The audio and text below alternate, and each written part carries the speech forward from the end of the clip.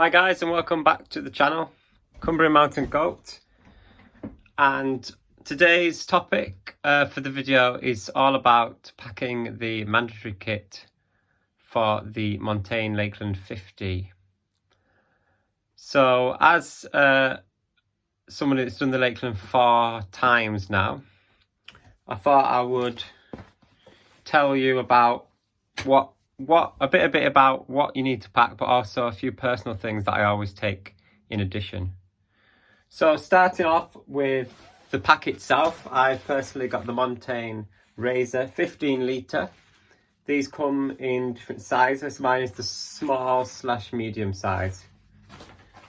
So it's important that your pack fits well to your back, hence why I got small, medium, but they also come in large. So with this pack, Montane Razor, there is different pockets, but I mainly use the main pocket here with the zipped bit for the majority of my kit. So starting off clothing wise, so emergency base layers. So you need top and bottoms. For the top, I've got a Carrymore lightweight long sleeve running top, which I've took in previous years. I'm going to be using it again in case it gets a bit cooler, the weather. Also got these Nike leggings that just to keep bottom half cool if I ever need to put them on if the temperature changes suddenly, which can happen very often in the lakes. 1 minute you can set off and it'll be glorious sunshine. An hour into the race, it could be chucking it down and the temperature might drop. So that's why you've got to take them emergency base layers. Also, in terms of mandatory kit, woolly hat, I've got the Carrymore hat here that I wear during the winter months. But obviously, because it is 50 miles and the temperatures change so much and the weather can change, you have to take a woolly hat. So I've got the Carrymore one here. Not as thick as a woolly hat, but still does the job, keeps the head warm. The gloves, I've got these Innovate mitts. They come with an inner layer as well, but these are just showing for the outer layer today, just to get an idea of what they look like. Innovate technical mitts gloves with just a thumb there and the rest of your fingers go in that bit. Hence why it's called a mitt rather than a glove. I've worn these all year round, but particularly I wore them on the High Cup Nick race in March on the Northern Pennines there, fell race as well, and they were just really good. So I recommend Innovate gloves. In terms of if it's going to be bright sunshine, this isn't part of the mandatory kit, but I always like to take a cap. This is the Montane cap that I actually won at How Girls first place male in May this year. And I wear this all my training runs. It's cool, it's lightweight, it's got little breathable holes here for close up the camera like that, which help so you don't sweat too much and get too warm whilst wearing the cap. And it's got an adjustable strap at the back. So that's always handy having a cap if it's sunny weather and to protect your neck as well, as I always tend to wear it that way around, back to front like that. And then we've also got a whistle. There we go, nice and loud. There is a whistle built into the bag, but I just take that one because it is louder than the standard Montane inbuilt whistle into the pocket that come in all the Montane packs. And you'll be asked to test that when you do the kit check on the Friday, which is the day before the race. First aid kit, so in the first aid kit I've got all the things you need. Got bandages, micro tape to secure bandages, variety of different size plasters, scissors for cutting the micro tape. I've got some wound pads here. I've got extras in the cupboard, but these are just an example of a wound pad you might need if you cut yourself and protect the open wound. And a personal preference is some Rennies, just in case my stomach gets a bit dodgy. I might need to take some Rennies. And also a blister plaster. Here we go. Just put all this back into the pack, some of it. There we go.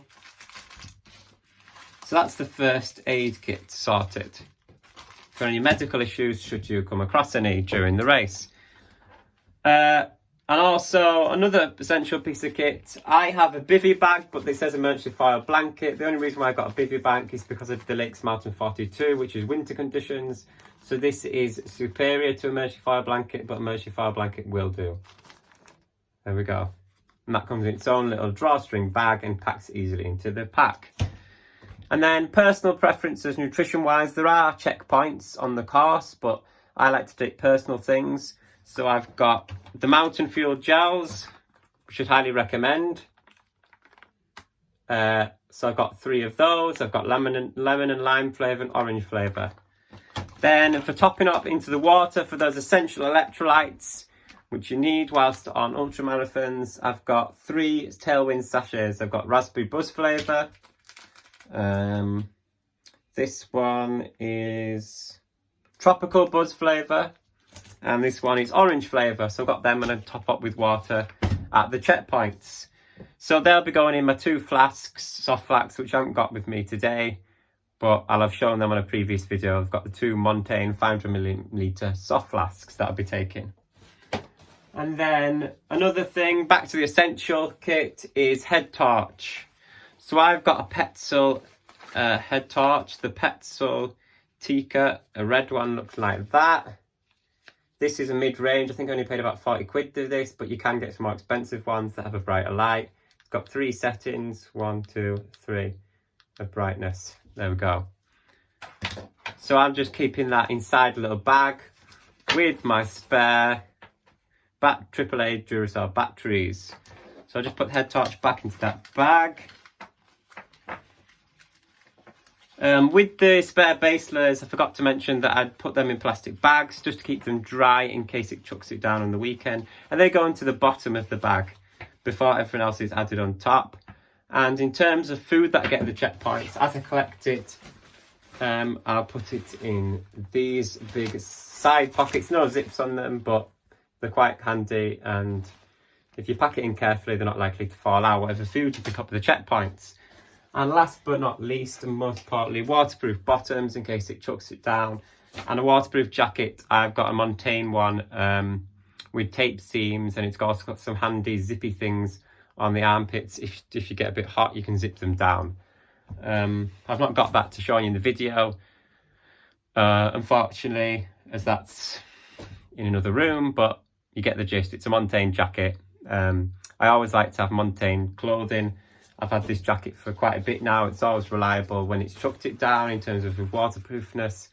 And also, I've had this Montane bag for about 2 years now, and it's never had any faults with it, and it's just really good quality kit. So that concludes the end of my video about packing the mandatory kit for the Lakeland 50. I hope you found it useful. Any questions, feel free to put them in the comments below, and I'll see you next time, which will probably be Sunday after the Lakeland 50. Hopefully I run well the 5th time, so looking forward to it, providing everything goes well with my knee. I won't go into that now and bore you with the details, but basically had a bit of a knee issue recently, not a major thing, but I should be ready for Saturday, providing all goes well. So I'll see you guys all on the start line. Good luck and enjoy the race.